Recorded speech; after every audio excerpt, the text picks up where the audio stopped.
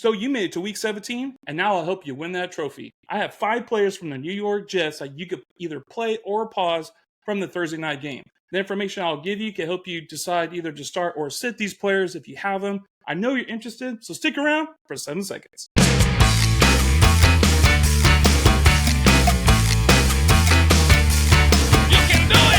Okay, first things first, I want to say that this was recorded on Tuesday, December 26th, a few days before the Thursday night game, so information may change, but I'm still going to go over this anyways. The over and under for that game is 36, which isn't surprising for a Jets game. The New York Jets offense is 30th in scoring, putting up 15 points a game, 20 points per game in the last 3 weeks. 30-point game last week against the Commanders definitely helps that average. The Jets are last in total offense, producing just 263 yards a game. The Cleveland Browns defense is 12th in scoring, allowing just 20.7 points per game. The Browns are number one in total defense, giving up an average of 260 yards a game. Heading into last week's games, Pro Football Network has the Jets offensive line ranked 30th because they suck. Jets are 30th in the league, giving up 4.1 sacks a game. The Browns are tied for 9th, sacking the quarterback 2.9 times a game, and the Browns are number one in yards per play, allowing 4.5 yards per play.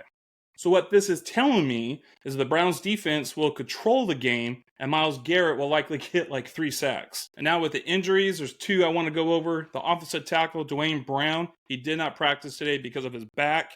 And quarterback Zach Wilson did not practice with a concussion. But Robert Saleh said earlier today that he is out for Thursday night's game. So the New York Jets are traveling to the Cleveland Browns for the Thursday night game. And there are 4 players from the Jets that I want to discuss on either to play or pause for that game. Well, actually, there's 5 I'm going to go over. And I just added one, so this isn't a 5-minute video. And the first player I want to talk about is quarterback Trevor Siemian. This is his second start versus a defense that allows 17 points to quarterbacks.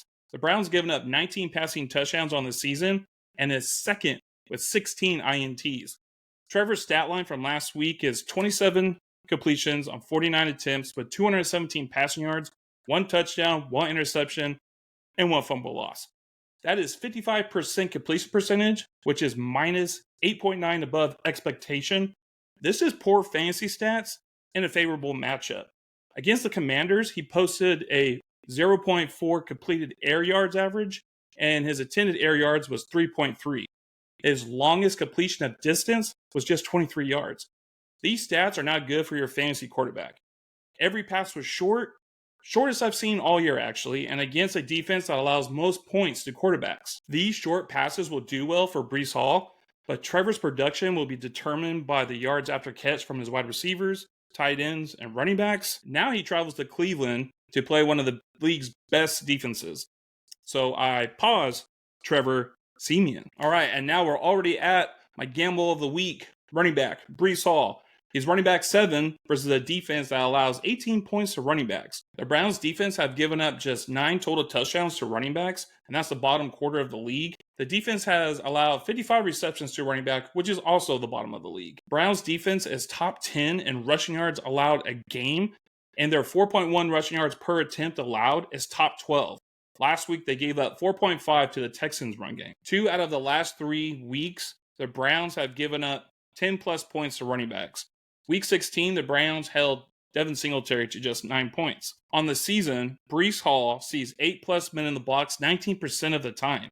His rushing yards over expected is 94, and his rushing yards over expected per attempt is 0.56. These stats put him in the top 10 most efficient runners of 2023. Last week was his first game rushing over 50 yards since week 5 and had a season high in receiving yards with 96. This player had 12 receptions last week and rushed the ball 20 times. He had around 40 points against the Commanders. And the Commanders probably have the worst defense in the league. With 16 targets last week, he is now tied with Alvin Kamara for most targets for a running back. And he averages 5.6 targets a game. This next game against the Browns will be a struggle. The Jets' offensive line will get bullied by the Browns' defense. And the Jets' offense is night and day when playing home or on the road. He won't come close to last week's total, but with Trevor Siemian playing, who to say he isn't first or second on the team in targets? I play Brees Hall. And next up is wide receiver Garrett Wilson. And I really had to dig in deep to this one. Wide receiver 27 against a defense that allows 27 points to wide receivers. The Browns secondary giving up 11 touchdowns to wide receivers. They gave up one to Nico Collins last week in garbage time when the score was like 28-7. The last time the Browns gave up 15 points to a wide receiver was against the Rams in week 13.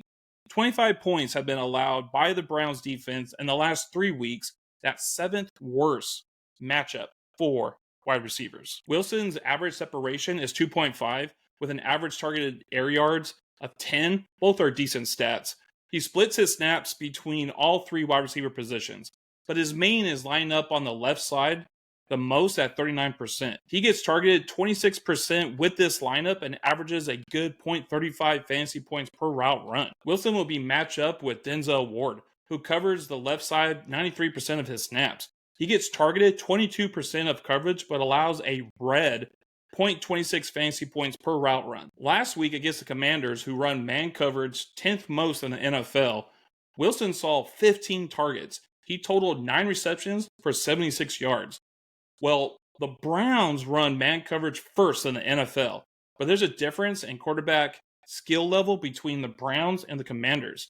The top 3 cornerbacks for the Commanders have a combined average of 0.42 fantasy points per route run for wide receivers, which is an amazing matchup for any wide receiver.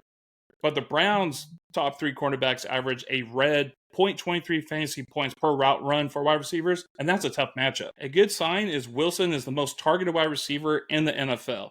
Last week he had 15 targets, one shy of leading the team. But on the other side of that coin is his catch rate on the year is 57%.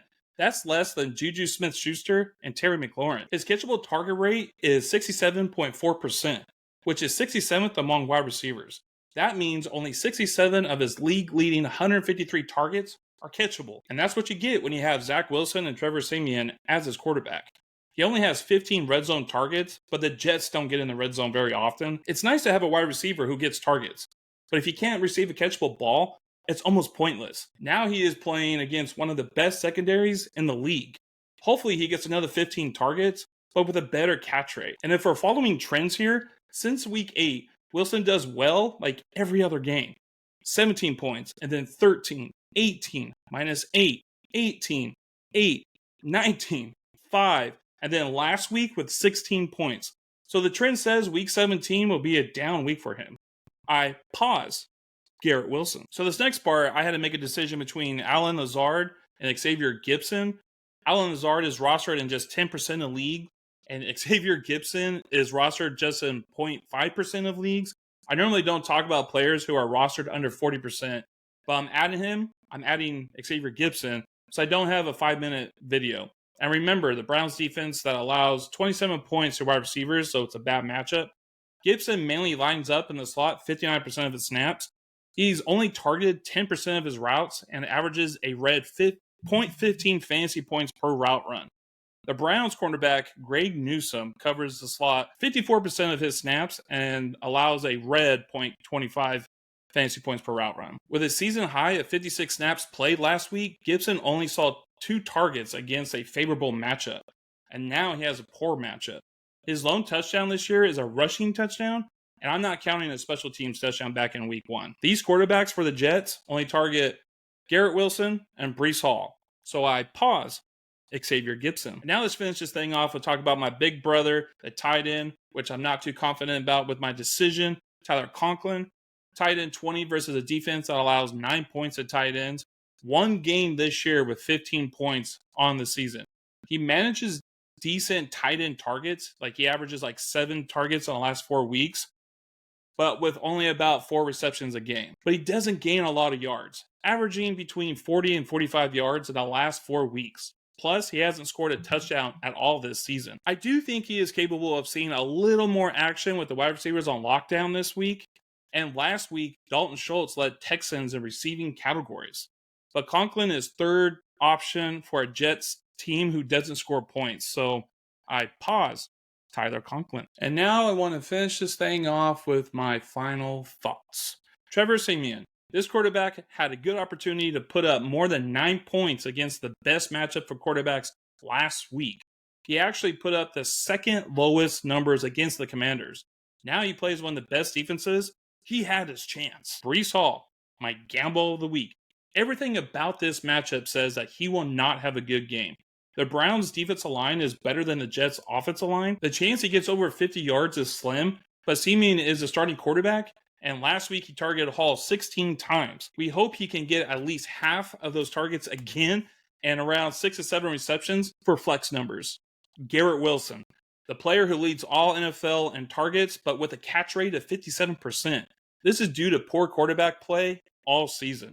He faces a tough secondary this week. Even with 15 targets, if he isn't given catchable balls, there's no point. Plus, his trend says this week he won't produce relevant fantasy numbers, if you believe that shit. Xavier Gipson, his snap count shot up last week, but managed just 2 targets. This guy needs a screen pass for 50 yards. He is also the 4th option in a low-scoring offense. Tyler Conklin, my least confident pause. His targets are decent enough where if he catches 80% of them, he can be relevant. But he is not targeted downfield, so he doesn't earn enough yards per game. He also hasn't scored a touchdown this season. Okay, thank you for watching. We have made it to the end of this video. I do believe information provided from this video can help you decide who to start or who to sit from the New York Jets. Tomorrow, Tyler's doing his video on the Cleveland Browns. Make sure to watch it. They're pretty good. If you haven't already, if you could please hit the subscribe and press the like. It goes a long way, and we appreciate you zoners out there. We got a couple videos coming out this week, so I'll talk to you then. Deuces.